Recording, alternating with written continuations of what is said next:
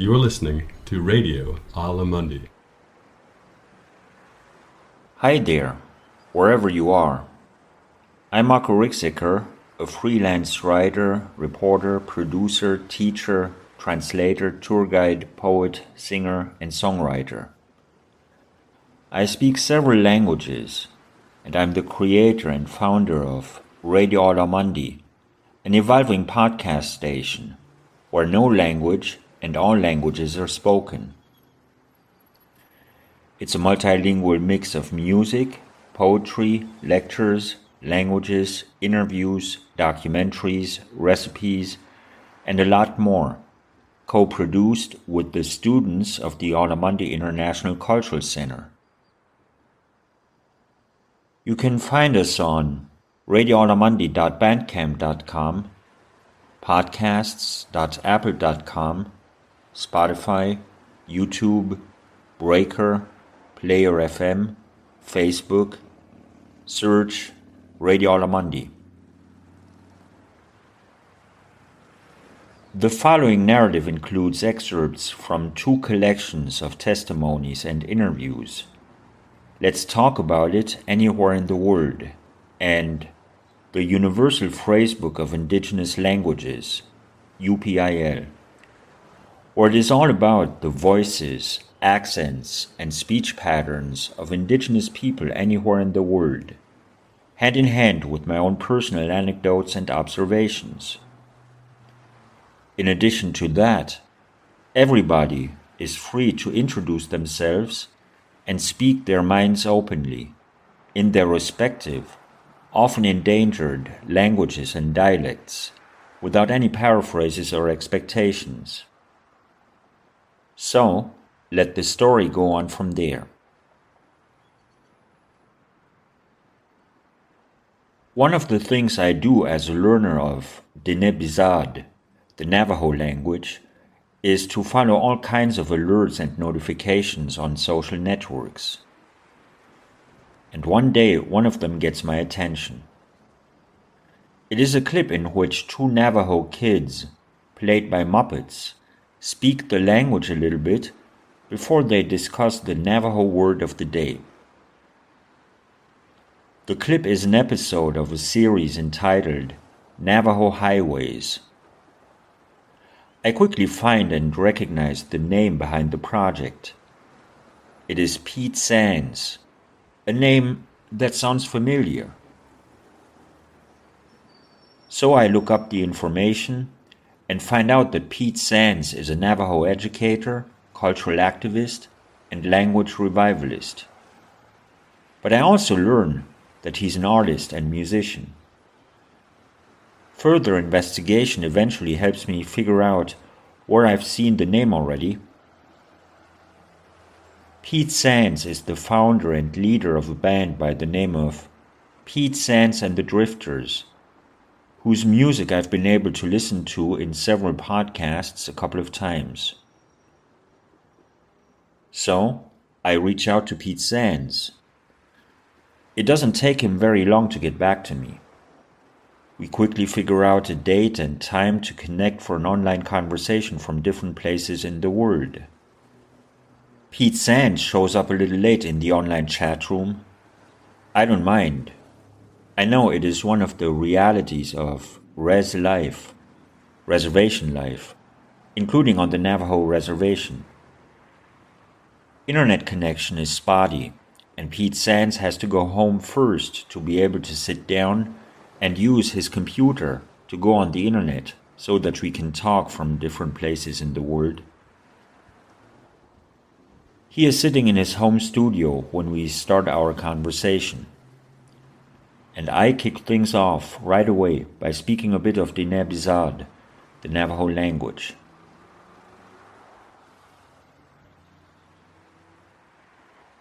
Yat Shi Marco Yinishye, Hashinilye. Yat She Pi Shia. Shin the Marzumi Creek Marzumi Creek Utah, in Asha. Neck at it. The usual call, yeah. Are in Asha. The net had the are in Asha. So, yeah. Hello, my name is Pete Sands. I am from a small town called Montezuma Creek, Utah, really, which is part of the Navajo Nation, and that's where I come from. In English, I would say I come from the Red Street running into water people. I was born for the salt people. My mother is from my mother comes from a place called Steamboat, Arizona. Um, Hoyet, that's what they call it in Navajo.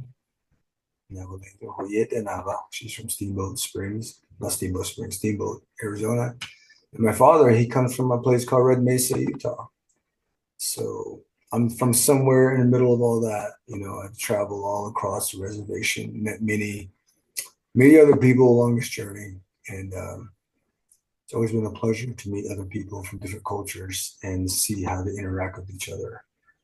And Navajo in the Navajo way, Diné way, we always introduce ourselves with our clans to see how we relate to each other. If we are related, or we might not be. So in that sense, if we're not related, we're just Shikna Ash, my friend. Yeah, my kin, my friend, my brother from another mother. But yeah, that's how it would go. The Nebuzade Shish still ne as Kachin Snow, Torchi Mashin, Shmaya Hoyede, Navashaja, Red Mesa, Hoyede, and Utah, that Nebe, the Nethat Aslana Ash, Koi Adin Asha. How fluent are you? I would say I'm fluent, but then there's also categories of fluency, right? You can be fluent, but then there's like the old language, real old language. In that sense, I'm fluent to where I can carry conversation with people who are fluent as well. I can talk to the elderly in the language. But beyond that, when it comes to prayer and ceremony, because once you go into that realm, the language gets older. The context and the wording is different. When it comes to that, I would say I'm fluent, but in the fluency realm, I'd probably say, scale from 1 to 10, probably like a 6. But I grew up speaking the language. I had to be taught English when I went to school, so it's always something. Now I know that now, as a young kid, you don't know how important it is, right? You don't know. You don't really don't have any idea how important language is. But as you get older, you realize if you lose that language that you grew up with as a part of a culture, if you lose that language, then you lose a part of who you are. And you can never get that part back. Once that's gone, once language is 100% wiped out, your culture doesn't mean anything. Because without that language, the songs, the prayers, the stories, they're meaningless. It's just like reading something Dr. Seuss wrote or Zachariah Stitchy wrote, something, Eric Van Daniken wrote. I don't know, but that's why language is important. What about the old voice? The old voice is what comes through when it comes, you can hear it slip through in conversation very seldomly because the old voice and the old words cannot be just thrown around. You have to be held sacred and sacred ground. So, one thing that I was told as a child when it came from my grandfather was he was a medicine man, he was a shaman. He would say, you got to speak like there's something heavy at the end of your tongue, like something there's heavy there, so you won't waste your words. So in the old language, the old voice is very important because we're losing it. We're losing it so much every day. I mean, there's young people learning. There's other people trying to save the language. But if you think about the generational gap from the 1800s till now, how much have we lost? And we can never get that back. And then COVID comes along and devastates the Navajo Nation, taking away more elderly people.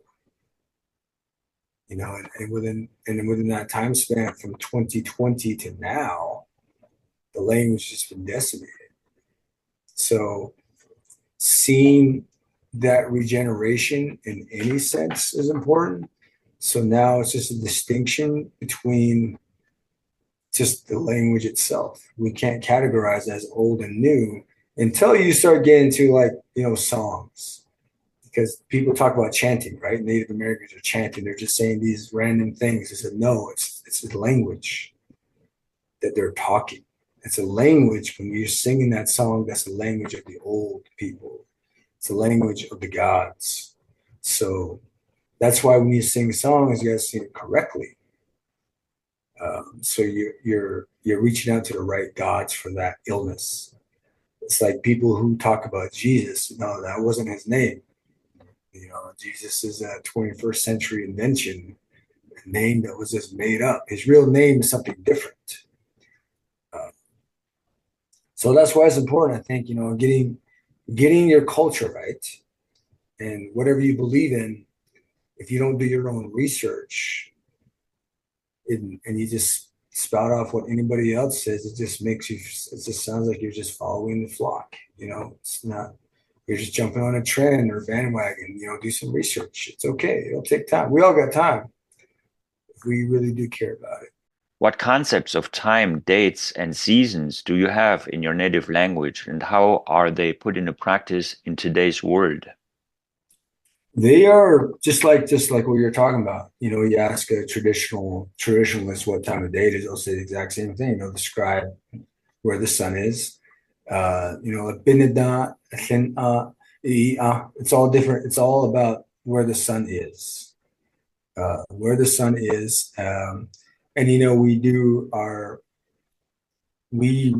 the Navajo calendar system doesn't really follow the Gregorian calendar system, which is what we base our current seasons on. Our current calendar. Our New Year's actually in October. So, we do everything by the solstice. Everything is run by the solstice, and we were always told, or I don't want to speak for everybody, but what I was told was, you plant according to the season, you plant according to the solstice, and we were warned at some point those will not line up anymore. Like the solstice might line up, the winter solstice might come, but it might not be that season yet. So we're entering that age, right? It's harvest time, it's planting season, but it's still cold. Or it's planting season, but it warmed up before the solstice.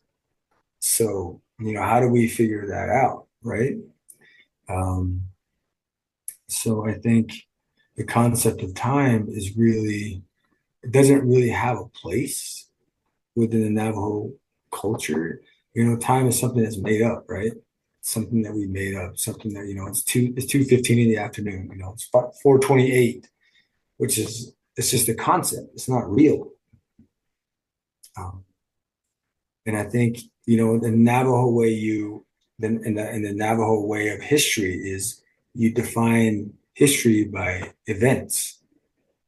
You say like, oh yeah, this is when this happened. It's not like, oh, it happened in 1628, right? So it's not based on time, it's based on events.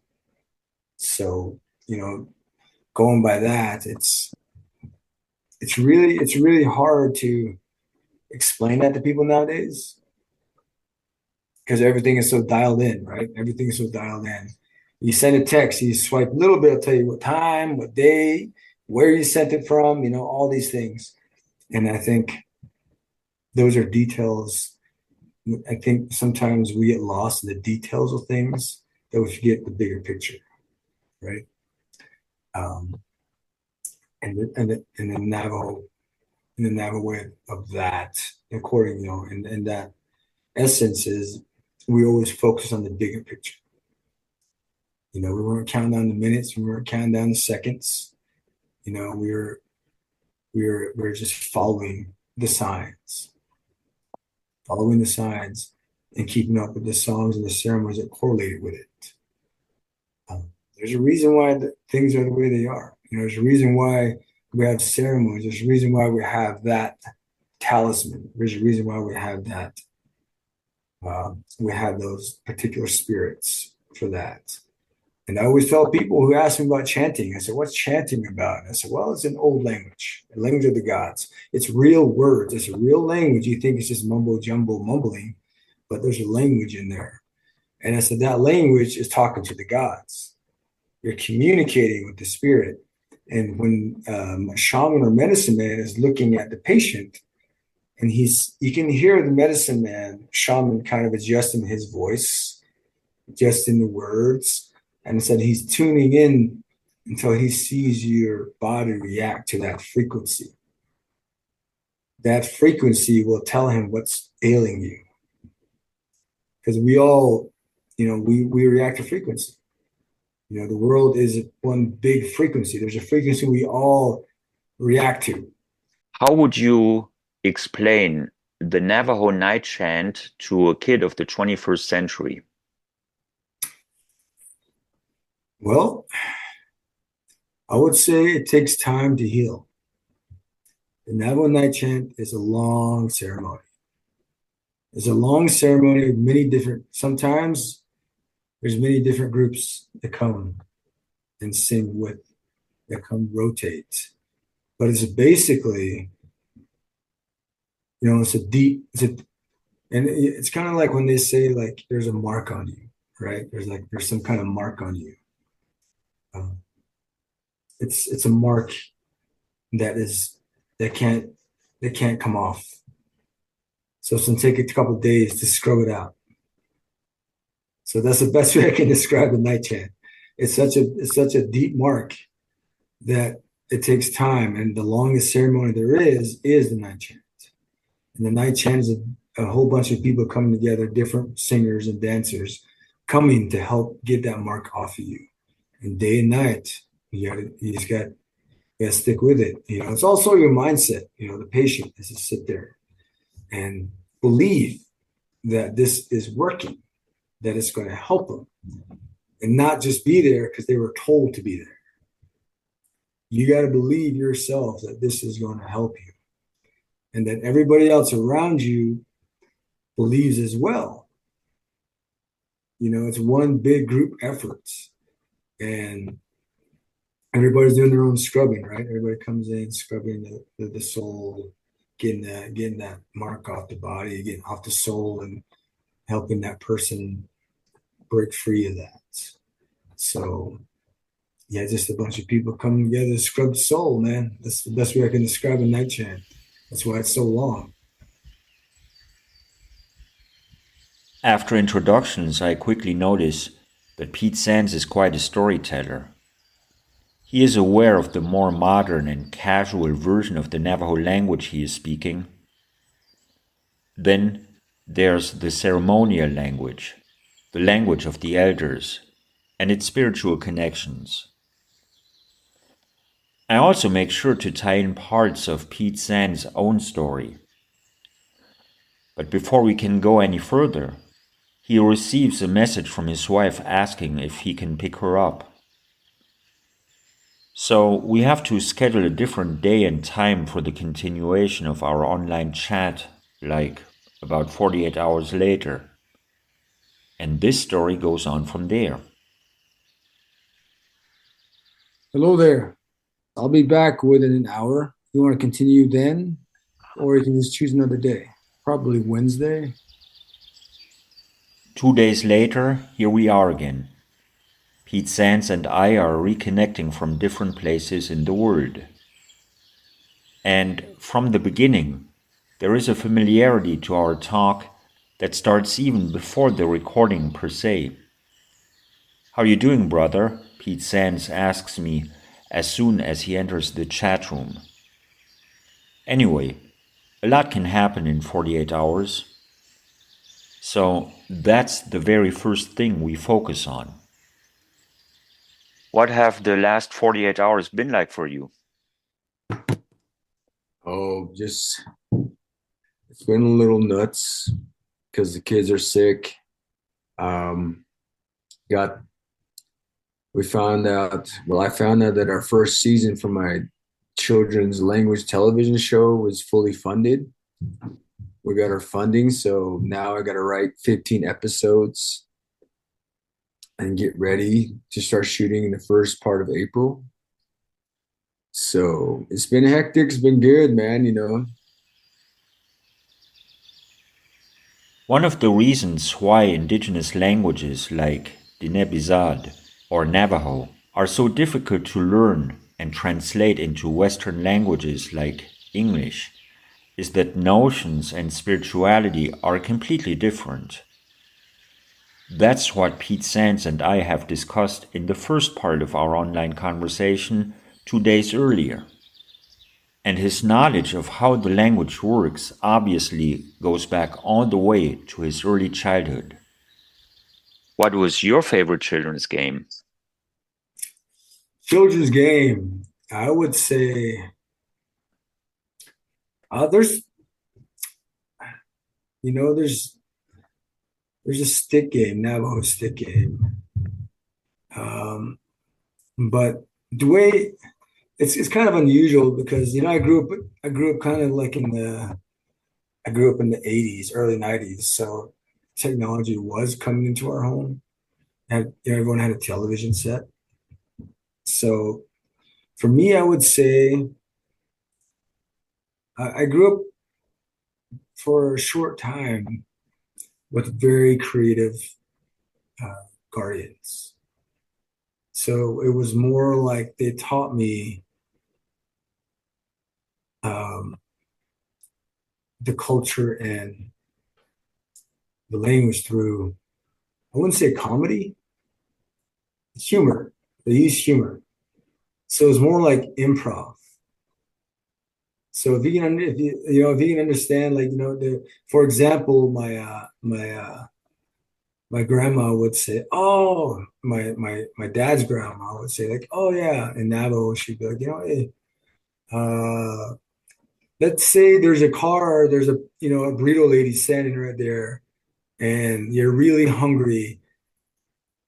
You're really hungry, but you only have $1, but the burrito's $2. What are you gonna say to her?" And you'd be like, "Oh yeah, I'm gonna walk over there, and this is what's gonna happen." Improv. That's what it was. It was just really creative. I don't know if anybody else grew up like that in my culture, but I think back on it now, especially with the children's show that I do, and the way that I teach language is that way through an improv class, because you take the classroom element out of it, right? You take the classroom element out of it, and you get people out of their comfort zone. You get people out of their comfort zone. You say like, "All right, you only have $5 in Venmo. You have money in your Venmo, but this person only takes cash. How are you gonna do that? Things like that. Using language in the context of the way people talk today. That way, you're not teaching an old language, because right now the way we were taught, because Native Americans the indigenous languages are descriptive languages. They're not literal. Like you can't say like, put that 3/8. You can't say put that 3/8 screw into that in there. The engine block is, crankshaft. There's no wordings like that. So to teach a Native American kid, you have to show them. You have to show them how to do it. Because they grew up with this descriptive language that's just kind of like, oh yeah, this is kind of what it is.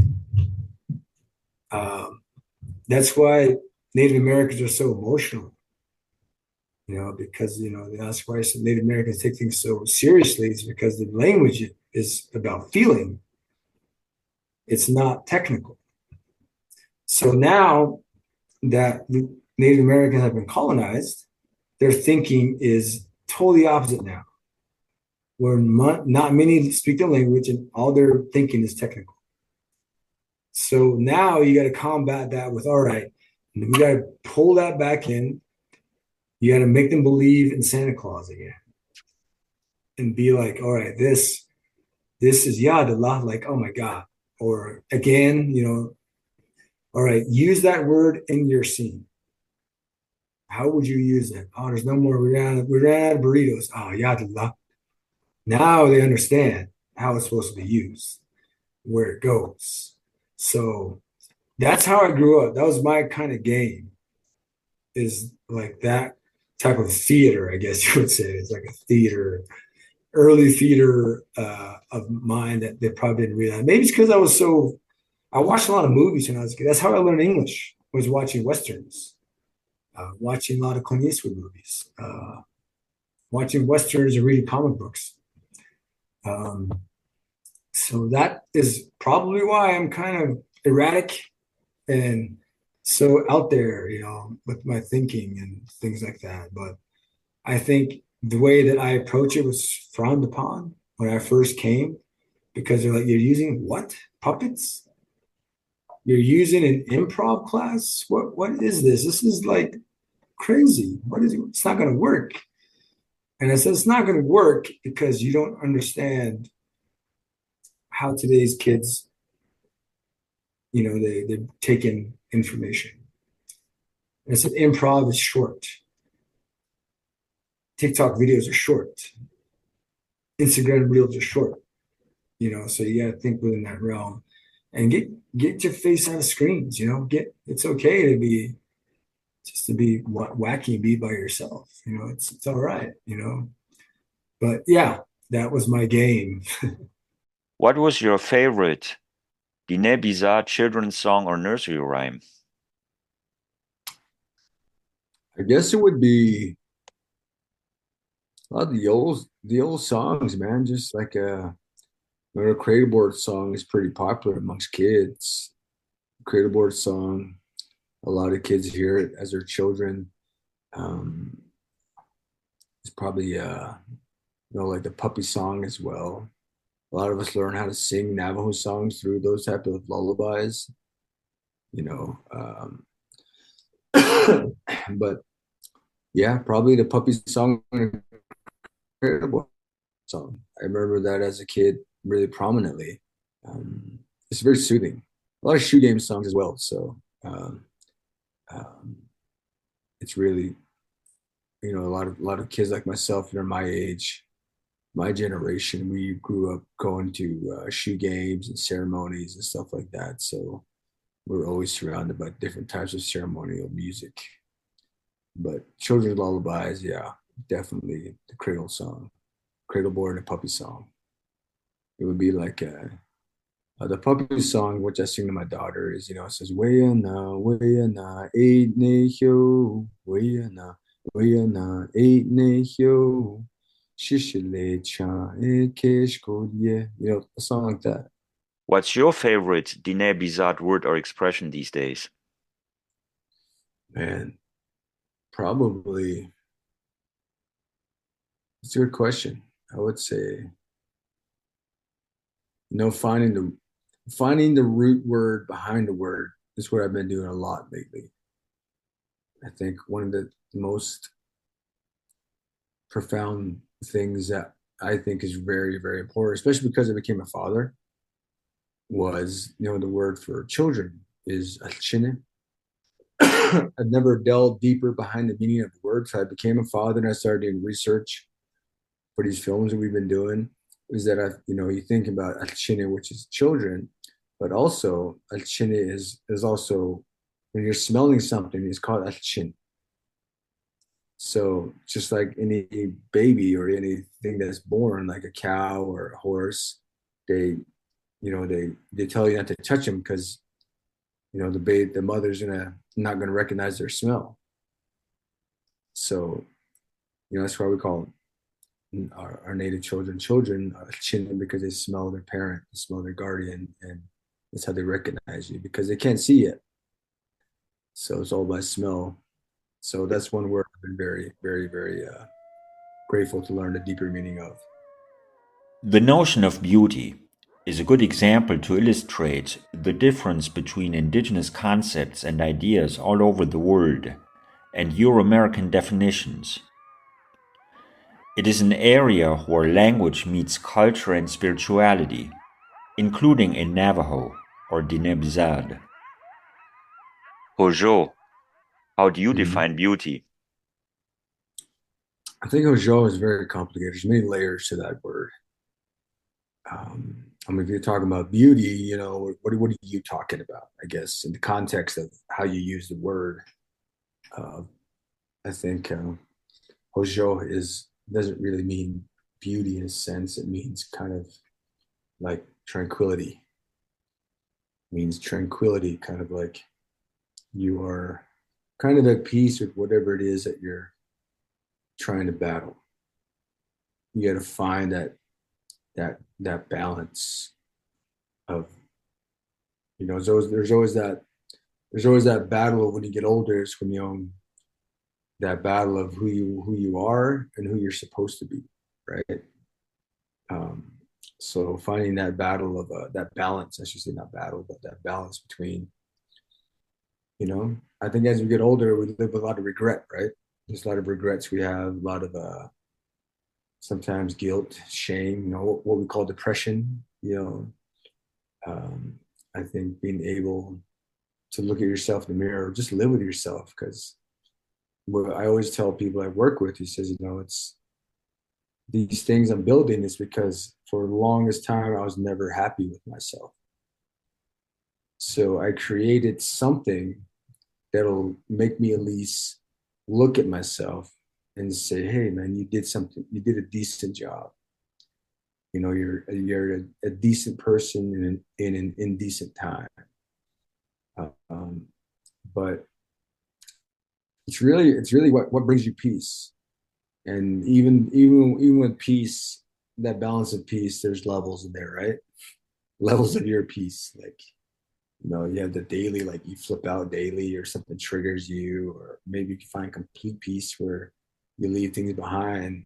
But that's what a show means to me. It's finding that balance of you know, between heaven and hell, between living with yourself and making amends with what you've done. It's just within that, it's that gray area, right? That's what it means to me. What's your secret spot like? My secret spot is in my head. So I carry it with me anywhere I go. I think if you have a physical place, which is this comes from personal experience, because I understand what you're saying, is that every spot that I've found that peace in has always been destroyed somehow, or it's been contaminated in some way. So if it's in my mind, I can go somewhere and just sit in silence and just retreat to that place, right? And being able to go back there and kind of just realign yourself and just really hone in on who you are, man. This is really a journey about. If you think about it, man, we only have 70 years on this earth, right? 70 years. So by the time a man, I speak with men because obviously I'm not a woman, but men are usually, they say statistically, they don't mature till their 40s, right? So by the time you mature at 40 years old, you only have 30 summers left to find who you are. And that's if you have no underlying health disabilities already. So you think you put life in that context, man, it's like you're here and gone faster than you can realize. So being able to find that peace wherever you can is important. Sit down and just have a conversation with yourself is very important. If you can't talk to yourself, that is bad, because the one person that's always going to be there for you is yourself. You know, you have to live the rest of your life with you. So I think, you know, some people hate themselves so much or so guilt ridden with who they are that that's all they have time to think about. And and I think that's what technology has ruined, is that, you know, I heard this talk from a Buddhist monk. He says, why was there no depression? He says, well, 300 years ago, our ancestors, if they weren't outside living and trying to hunt and cultivate, they would die. They didn't have time to sit around and, you know, think about, oh my God, what's happening today? You know, they had to live, they had to survive every day. So their mind was on survival. But now the world has kind of stopped and everyone's stopped. A lot of people have stopped. They just sit on their phones, they just sit on their computers, watch TV, and they just dwell in that stuff, right?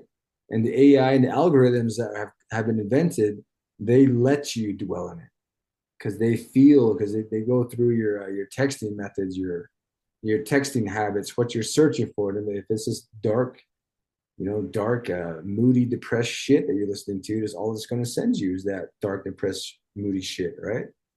So, with my own kids, they can go outside and help me outside. Because if I sit around and do nothing, man, that's bad news for me. Because I'm just going to sit there, dwell in that crap too, and Lord knows I don't need to do that. But I really, that place, I think that place has got to be, inside you, not necessarily just in your mind, but your body, right? Your body's got to understand that I got to sit down and relax, because the biggest problem people have nowadays is falling asleep, right? Yeah, so they lay there in bed scrolling through their phones to try and put themselves to sleep. And that's unhealthy, man. That's very unhealthy for your brain, for your eyes, especially when you're in complete darkness, you look at this bright screen. So I think it's important for me to have that space, to find that place. And some people call it the metaverse, right? Some people build their own universes in the metaverse. So they're giving their place away to other people, whether they don't know it. But the first universe should be like in your mind. That you got to cultivate that, and no one's going to cultivate it for you. You got to do it yourself. Who's your trickster? Our trickster is the coyote. Coyote's a trickster.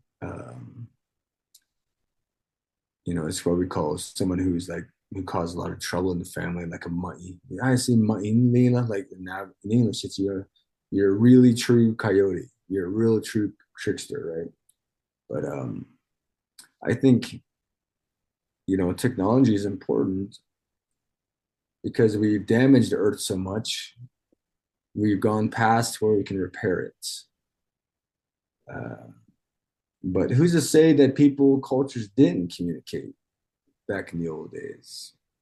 There's a fourth dimensional walls that people talk about, and frequency, being able to communicate worlds away. If we weren't able to communicate with each other from across the world, then our songs and our mythologies and the temples we build wouldn't be similar to each other. So I really believe that there was a form of communication. We're going on a rabbit hole right now, so I better stop. I could keep going. What I do, I always make sure that there's always at least a couple of hours in the outdoors. We need that. That's why I tell people you need to learn how to work with your hands. It's important to get your hands in the dirt, feel lumber, feel tangible things, because it's a good reminder that all this technology, all the stuff you're into, it could all die. What are you going to do? What's going to happen when the grid turns off? And you have to build your house. You have to plant for yourself. My wife she plants. We plant food. I'm building a horse stable right now for our horses at our ranch. So, I'm fixing up the house here as well. Little updates we've been doing, and it's something I picked up learning. I mean, I worked so many jobs when I was a young man. I worked at the welding shop. I worked in a mechanic shop. I worked on oil rigs. I drove trucks for a living, long haul. I built houses before I got into entertainment. So I worked on ranches. So it's just really, I kept my ear to the ground, man.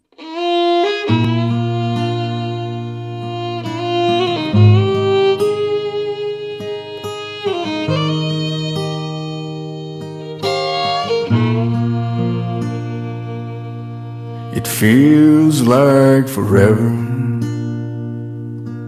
since I've last held your face, danced in place under the stars.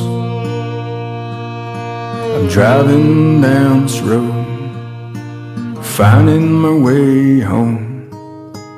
It hasn't been the same since you've gone.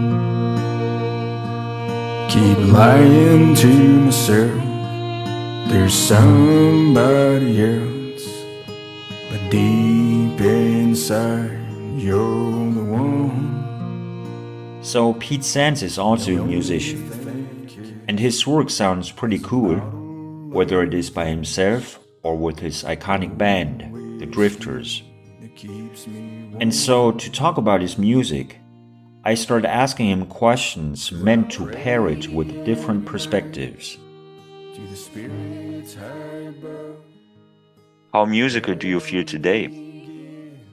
Not really, because man, it's just first time I played a guitar in months was last night actually. Because I had told myself a couple months ago, we had our last big show. I said, I can't do this anymore. I guess for a while it started to feel like a job, and I just kept doing it because it's what I did. But it wasn't fun anymore. I wasn't having fun with it. And I had a creative block for so many years, for like 2 years, man. And I finally got the block. And what's ironic is once I played my last show, I started writing more songs, right? I think I needed that to be my release, to say like, all right, I quit. So whatever I do now is just something I'll play for myself, right? Something I hear for myself, and my kids will listen to it, and my oldest daughter will sing it. Because I want to focus more on her, because she has a tremendous voice. I'm like, you know what? I can help you. I have skills that I've acquired that I can help you. But, I get messages even more and more every day, like, hey, man, we need you to get back out here and play some at this stage or this venue. Because our last month of playing, like leading up to the last big show, we played a bunch of shows all over the West Coast and America.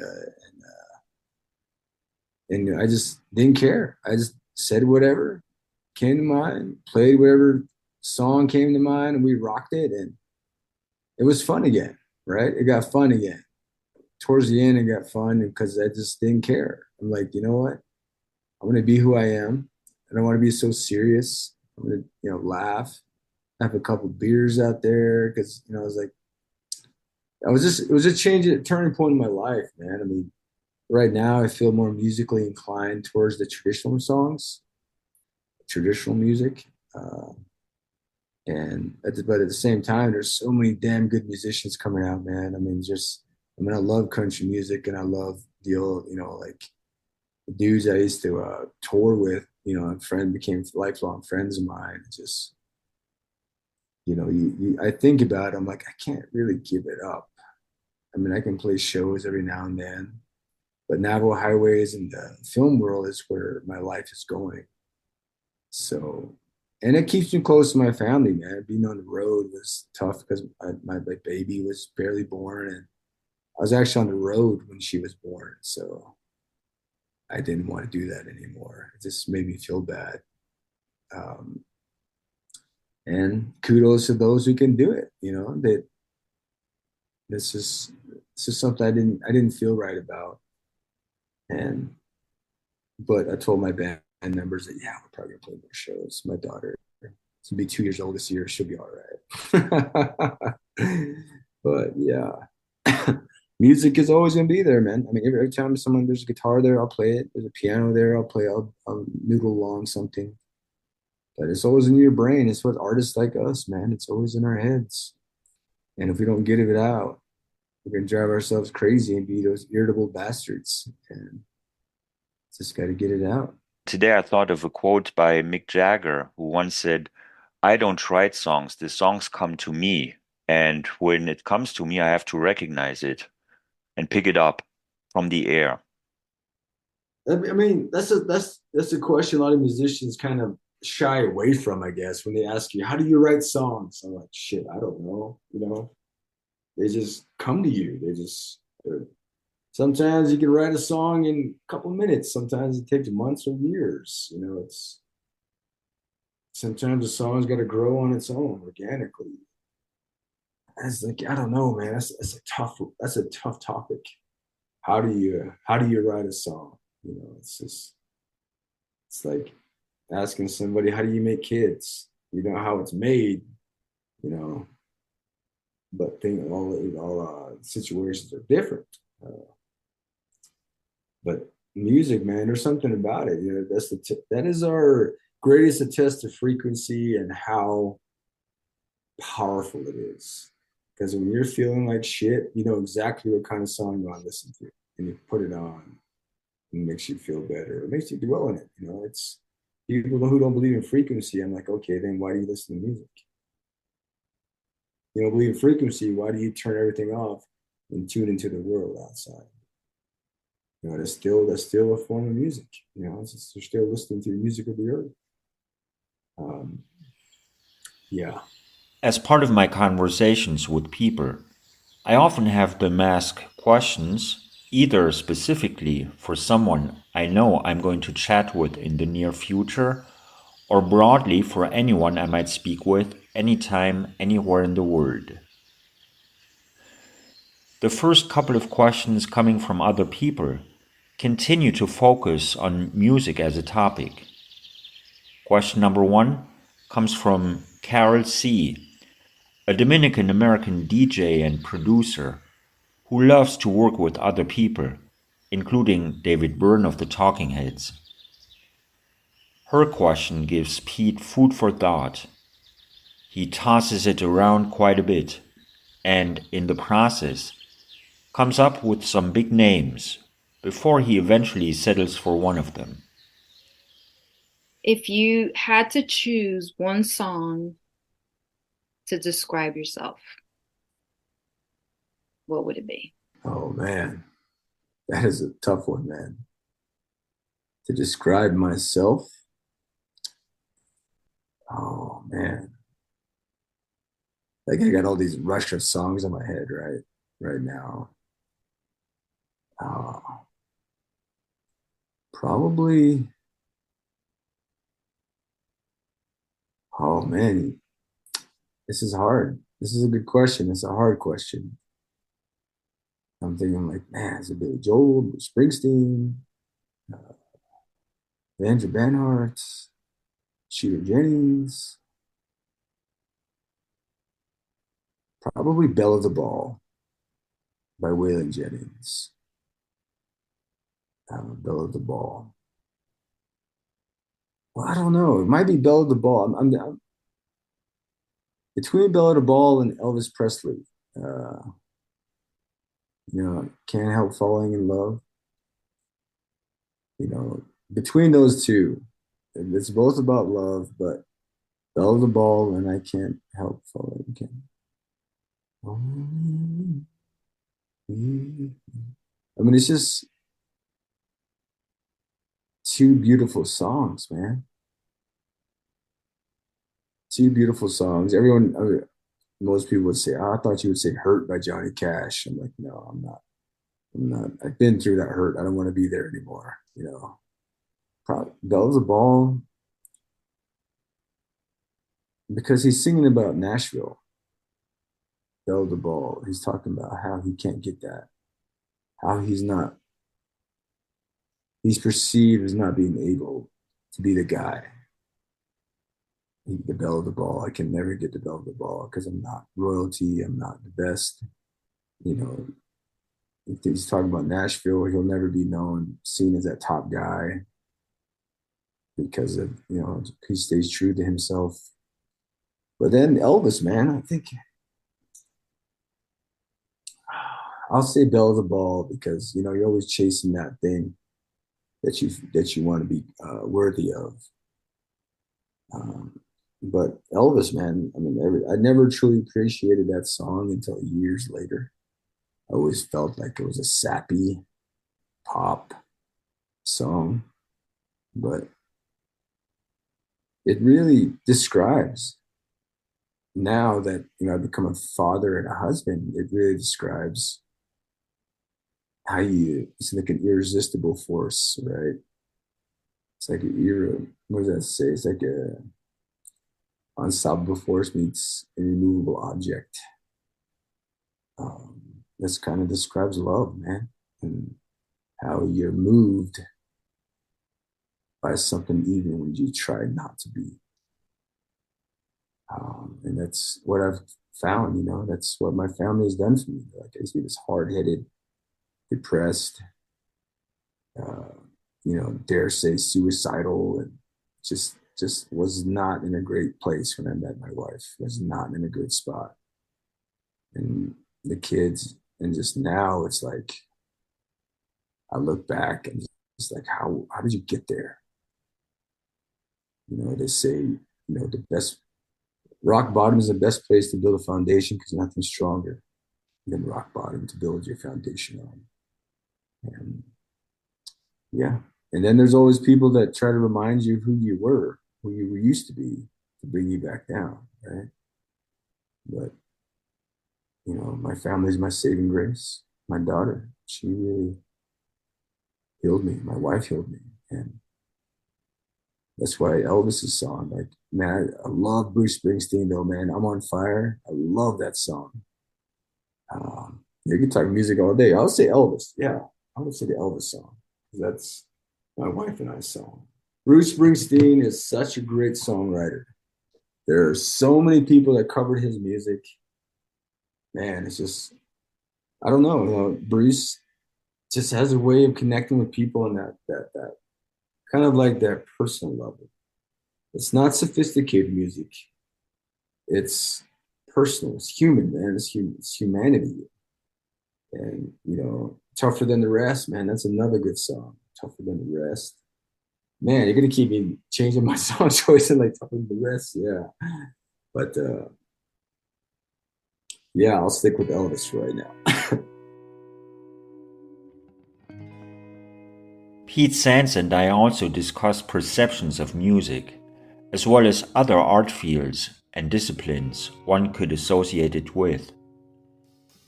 Everything is based on a question that comes from a poet based in Los Angeles, California, a woman by the name of Karen Harriman, who asks, how would you describe your music as a painting? Or if your music were a painting, what would it look like?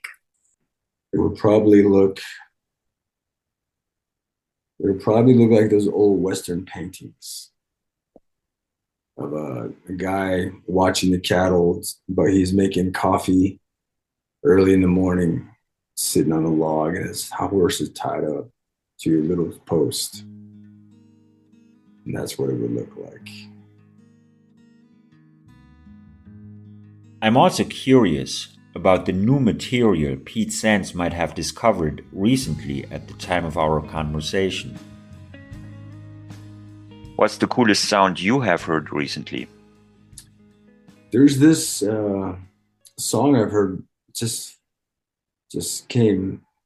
Actually, I was like, it's just this weird sound that I've been listening to over and over. It's from a band or from a composer named Lustmord. It's a song called Black Star, and there's this really cerebral part of that arrangement where it's like this, just like this yelling or this screaming that's distorted, and it sounds really creepy. And I love that, man. I love that kind of arrangement. It's just out of this world, and it just makes you feel like you're somewhere else. So that's what I've been listening to lately, and that's what I discovered, and just been kind of going through his catalog, his or her. I don't know if it's a male or female, but just going through their catalog on Spotify, and it's really, really beautiful music. Denise Lachmedier is an award-winning poet and member of the Ojibwe Nation. And when I had the opportunity to speak with her, she was the official poet laureate of the state of North Dakota, one of the first Native Americans to receive such an honor. So she knows all too well how hard it is to put yourself and your work on the map. And that's where her question for Pete Sands as a filmmaker is going. There's not very many Indigenous filmmakers out there. There's not very many Indigenous actors and actresses. It's I would like to hear their story of how they got to where they're at, to being able to be heard, to get funding, to be listened to be able to make the movies that they're making. It's just patience, man. You got to really believe in yourself, because in the race, the rat race of getting funding is, people will fall by the wayside because some people just can't keep waiting. Some people can't afford to, get by as they wait for maybe they'll get funded. And there's always that maybe, maybe somebody will see you. Hopefully someone sees you. But, there's just one thing that Taylor Sheridan taught me when he was teaching me all about screenwriting was you should write such a good story that story will carry the movie and resonate with people watching it. And it doesn't matter what actor plays it. It could be nobody that no one's ever heard of. But if that story is powerful enough that it resonates deep with people and people can watch it over and over, you have won. You have won whatever it is you're going after. That title of validation that you're an artist. Because an artist is whatever medium they practice is about connecting from one person to the other, right? And I think a lot of artists also are narcissists, right? A lot of artists, musician, filmmaker, actor, whatever it is, we want people to see us. We want people to see us, and we want to be like, yes, watch me, watch what I'm doing. My story is important. My story is this. And if you don't have that type of, a little bit of narcissism in you, you're not going to make it, because you're always going to fall back and be like, oh yeah, I'm one of the guys. I'm one of the people. No, get up there, shine your fucking light, and show the world why you're special, why you're important. And, filmmaking nowadays, when I first got into it, all these years I've been waiting for people to take notice and to help me. I stopped waiting. I became creative. I said, I'm going to make these things with people who believe in it just as much as I do. And they're not looking for the monetary reward. They're looking to the connection. And as I've grown, I've become more a storyteller. Like, I want to be a really good storyteller, visual storyteller. If you think of the best movies out there, think of Sleepless in Seattle. Great story. How many action sequences, how many computer-generated images are in that movie? How much special effects is in Sleepless in Seattle? Not a damn thing, right? It's all by the story, and it resonates with people for the rest of their lives, man. It's just, the simpler the story, the more people connect with it. If it becomes too convoluted and it becomes way too epic, it loses people. Once you lose people, you cannot get them back. They'll switch the channel.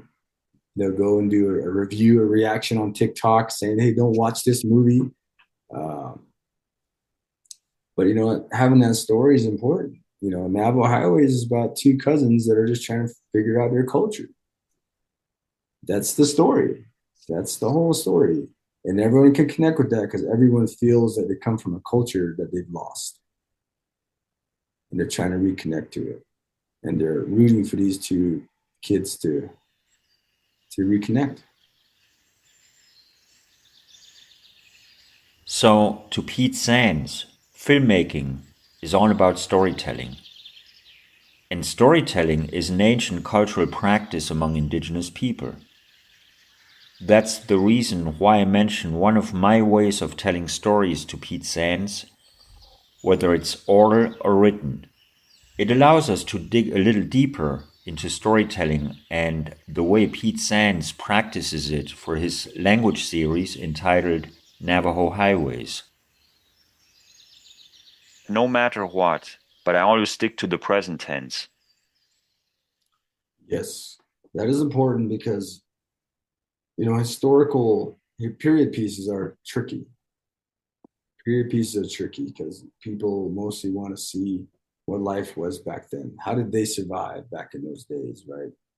I mean, you do basic love story, but the environments makes it more challenging, but keep the story simple, man. That's always the key. Keep the story simple, unless you're writing a series, right? You're writing Star Wars and you have freaking 12 movies and TV shows and Marvel and all their BS. And I think, if that's what you're going for, man, you've got to hook them in from the beginning.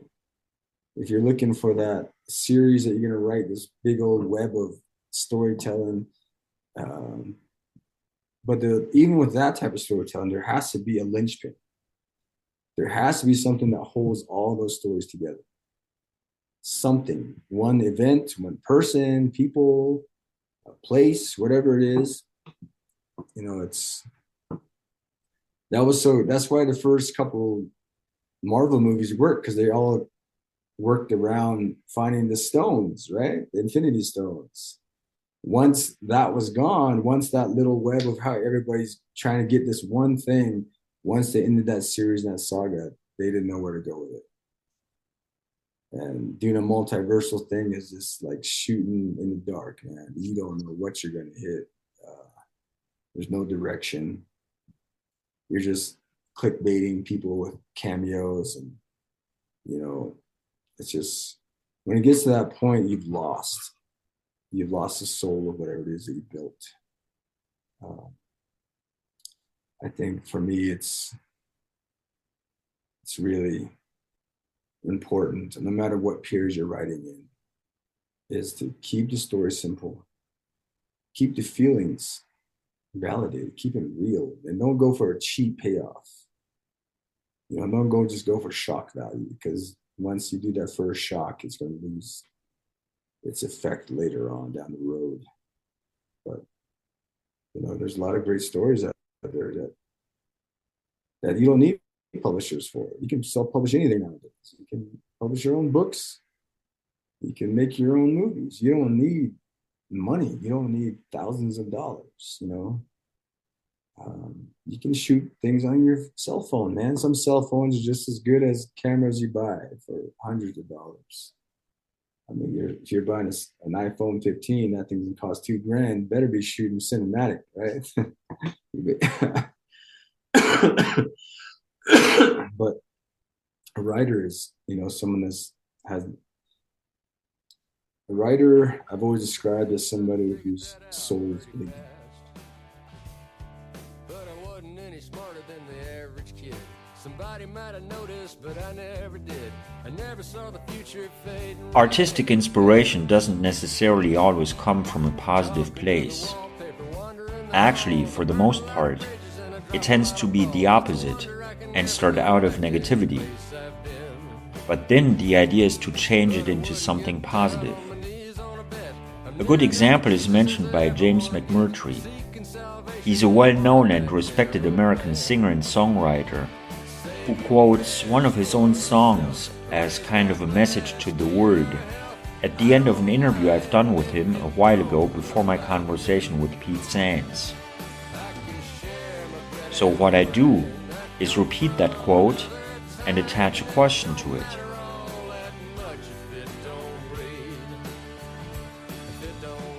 Well, there's a song on my last record that is kind of positive. It's called If It Don't Bleed. And I got it from the cousin that I just did the benefit for. Long before he had cancer, he went to hell and back on cocaine. And he somehow survived and got clean. And I was griping about something one day. He said, "James, quit griping." He says, "If it don't bleed, it don't matter." And Maybe we should start there. But how? Yeah, that's a good question. You gotta look to your trauma, man. I mean, that's your well. Because a lot of, you think about comedy, a lot of comics, they dealt with their trauma by telling jokes. And that's how they dealt with it. And that's how an artist deals with it. Whatever it is, man, whatever your medium is, you dip your pin into that blood, that trauma-soaked cup you had, and you write whatever it is you're doing. And you start there. You start by what hurts the most. That's where you should start. And you say, but how? And then there is no how. You know where it hurts the most. You know where you're bleeding from the most. Dip your pen in that ink and start writing.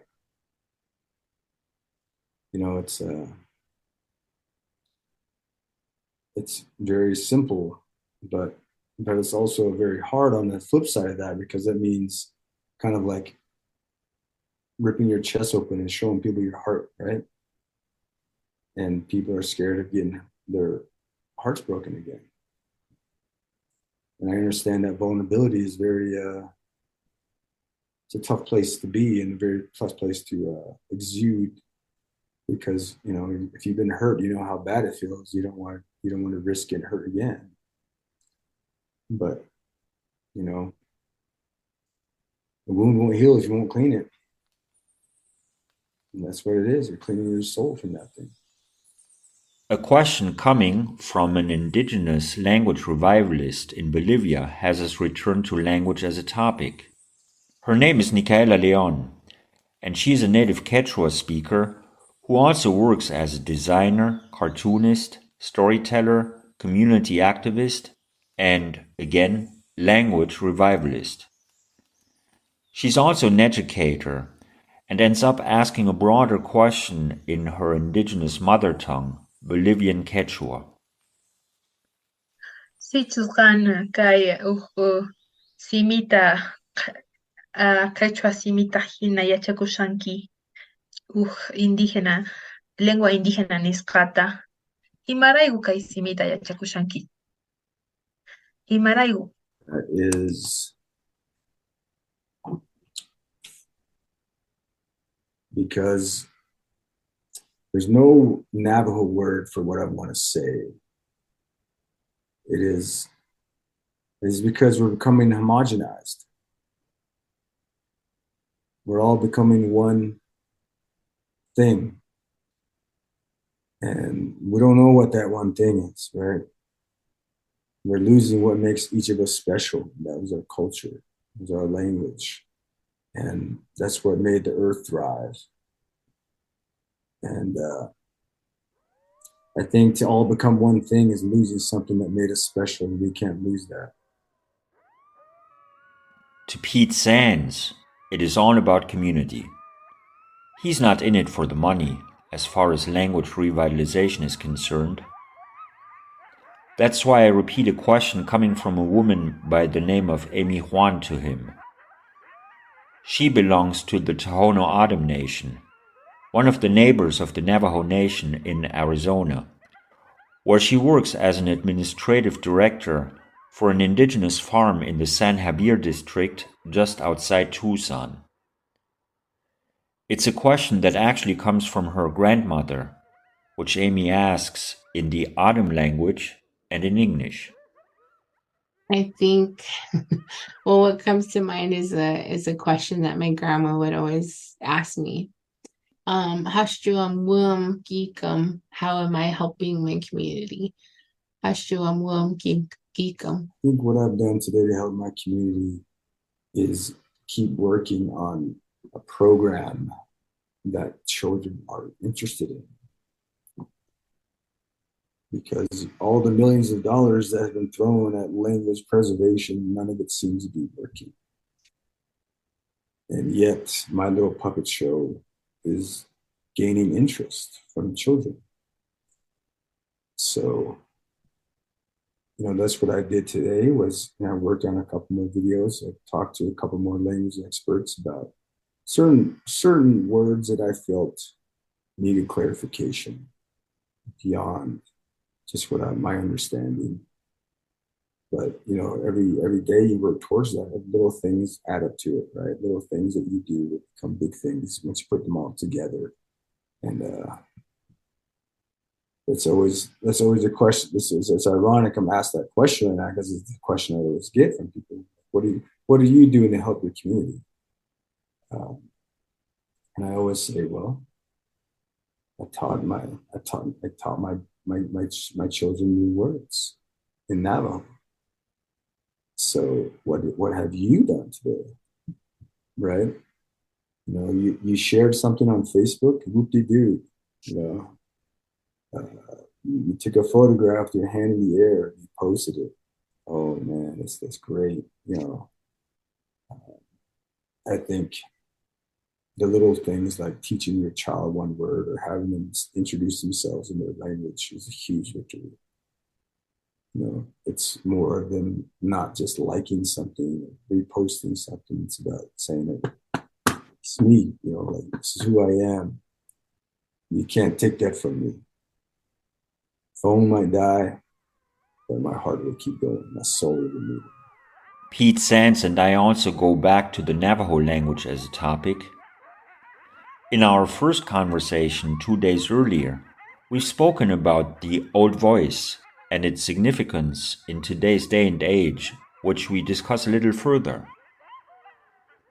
Then I do some improvising with what little Navajo I speak at the time of our conversation, just to see if Pete Sands understands me and how he reacts to it. Monday, we've spoken about the old voice, and I can only imagine what it would sound like, especially for you, since you feel so emotional about it, to have little Navajo children who speak with the old voice again. It's powerful when parents send me videos of the kids copying our word of the day, you know, saying it along with the puppets. And I mean, most the grander scale of things, the greater scale of things, people do. They do have a lot of negativity towards what I do because they're like, yeah, it's just one word. The whole thing should be Navajo. And I ignore a lot of that BS because of that question you said before. What did you do today to help your community? Rather than tear somebody else down or some child or some person that's trying to learn. You know, why don't you get online and say, hey, this is how you say it right. This is what you should do. Instead of hoarding that knowledge, thinking no one's worthy of it, then what if you die? Then you never shared that knowledge and it died with you, right? But it's just, I've had that challenge most starting Navajo Highways because they felt like I should be teaching 100% Diné kids. I'm like, well, there's kids out there that are half white, half Diné, that are just as res or cultural as full-blooded Navajos. You want me to turn my back on them? That's not going to happen. But yeah, I mean, we can go down this whole conversation even further down that type of stuff. But you know, it's, you know, for those who are trying to do their best with their communities, just know that you feel like nobody's watching you, nobody's giving you the attention you need. That shouldn't be on your mindset, because if that's your mindset, you're doing it for attention, you are going to fail, because you know your driving force, whatever it is, your drive is recognition. That's going to burn out really fast. If your drive is to help the younger generation and help the other community members without needing that attention you want, it's self-fulfilling. You know, you fill up your own well. She nasbas nashone. Your favorite shape is a circle. Yeah. I mean, it's the attempt, man. I appreciate the effort. I mean, the Navajo is hard, man. It's hard to learn. It's kind of backwards way of thinking, or the original way of thinking. Seeing the sky and just calling it my father. And, you know, the English came along and said, oh, that's the stars made of gases. There's an asteroid belt. There's a planetary system out there. There's comets. There's asteroids. There's gold on some of them. I'm like, okay, but that's our father. That's the sky. You know, it's like they're both right. You know, we got to find a middle ground. Yeah.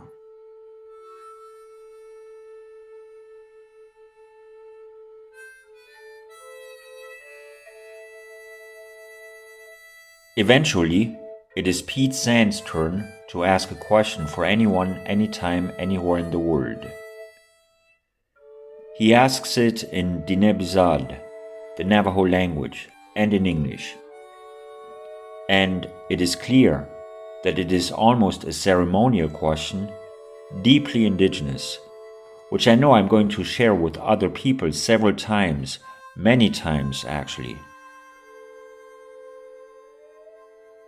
Ashik Al A Munti. In English, that would be, how are you breathing?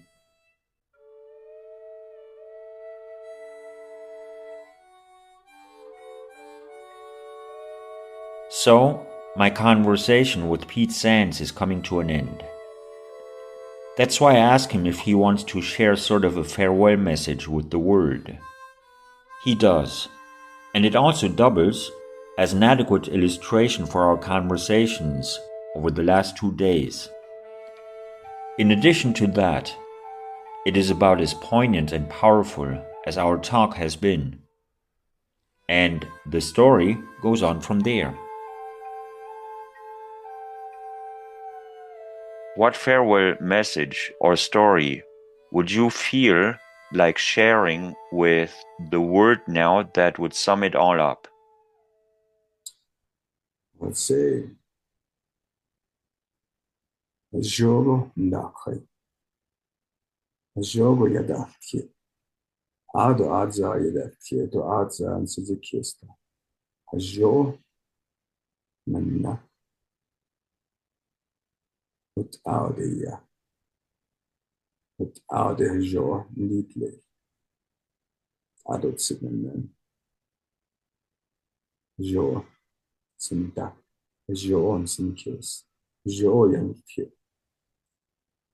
Akut Ahode, Jihadast, Keha. Go on there. In English, I would say stop talking negative about yourself. Stop thinking negative about yourself.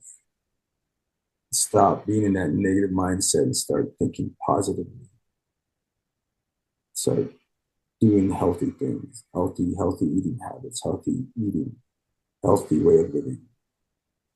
And that's the only way you'll reach that balance. Because your body don't know if you're joking or not when you make fun of yourself. You know, keep everything positive. So we meet again. Yeah.